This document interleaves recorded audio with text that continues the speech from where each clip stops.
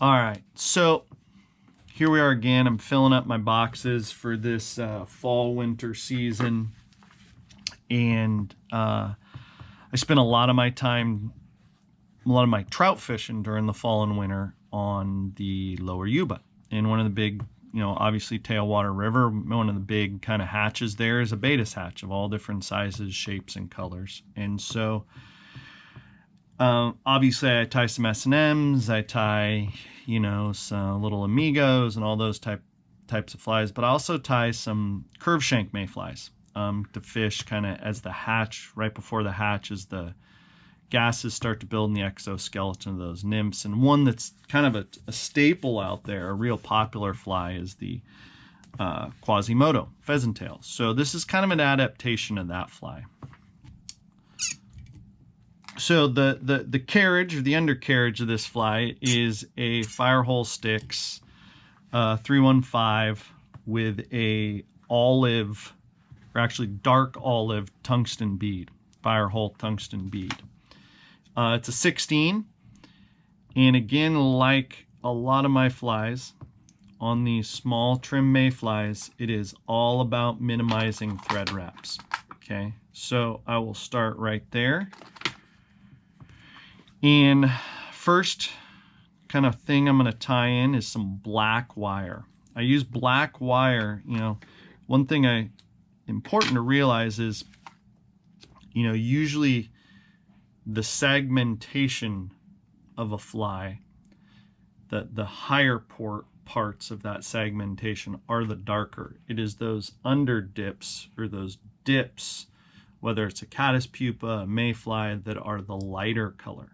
So one thing I started experimenting with is, instead of very traditional fly fishing, is using a lighter rib than the dubbing or body of the fly, whether it's, pheasant tail with a copper rib, or, a bird's nest, natural color bird's nest with copper or gold rib, is to use a darker rib over a lighter material to give it a little bit more of an accurate, I think, kind of depth perception or feel of color.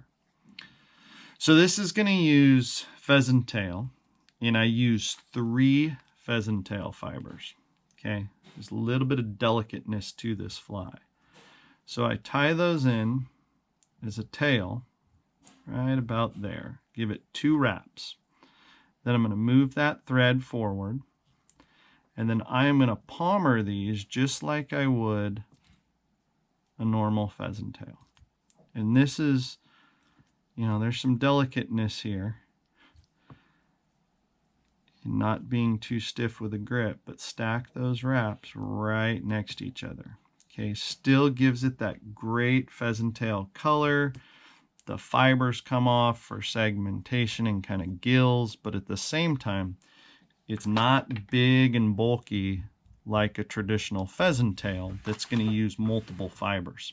Then I'm going to take that black wire and palmer it around to give it that, we're using this to protect those pheasant tail fibers, but I also like the idea of giving it a little bit darker segmentation.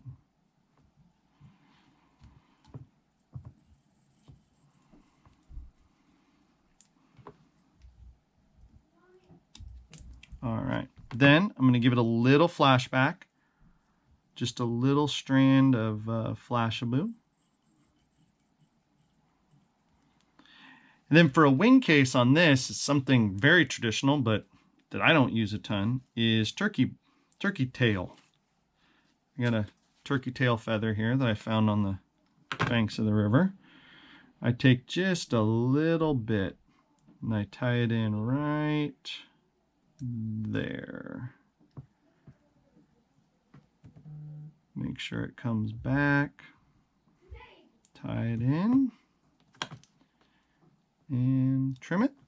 And then I use Mercer's kind of olivey blue wing olive dubbing. And again, super trim, right?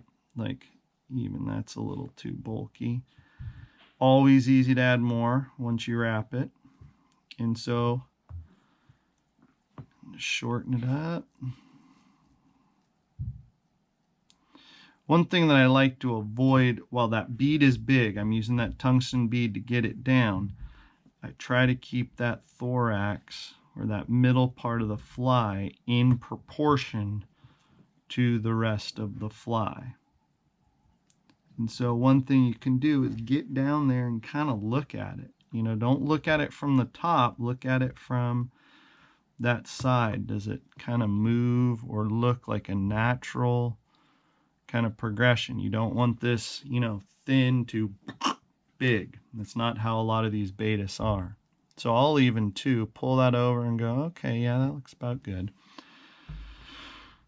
For the legs, I'm going to use some of my favorite mallard flank, this wood duck kind of color, dyed or natural.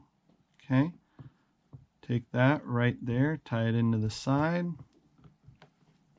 And you can use a lot of different stuff. You could use pheasant tail too. You could use any number of materials for these legs, but I prefer that kind of goldish, it looks almost lightish olive when it sits next to that dubbing.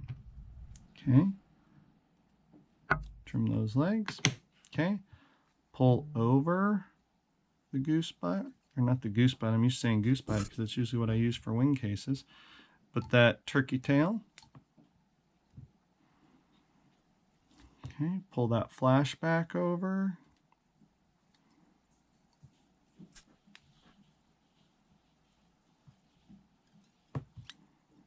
Give it a couple wraps, tie it in the front. And take that, cut it, space everything out, make it look clean, as clean as any of my flies can look. Tie it off. Then with these, hence the reason I use that turkey is because the loon clear cure is going to kind of hold on it a little bit better than a Baet. So this is the thick. Put a little dollop on it. I got a little sewing pin. Pull those legs out, kind of spread it around. And then find my light. Hit it with the light.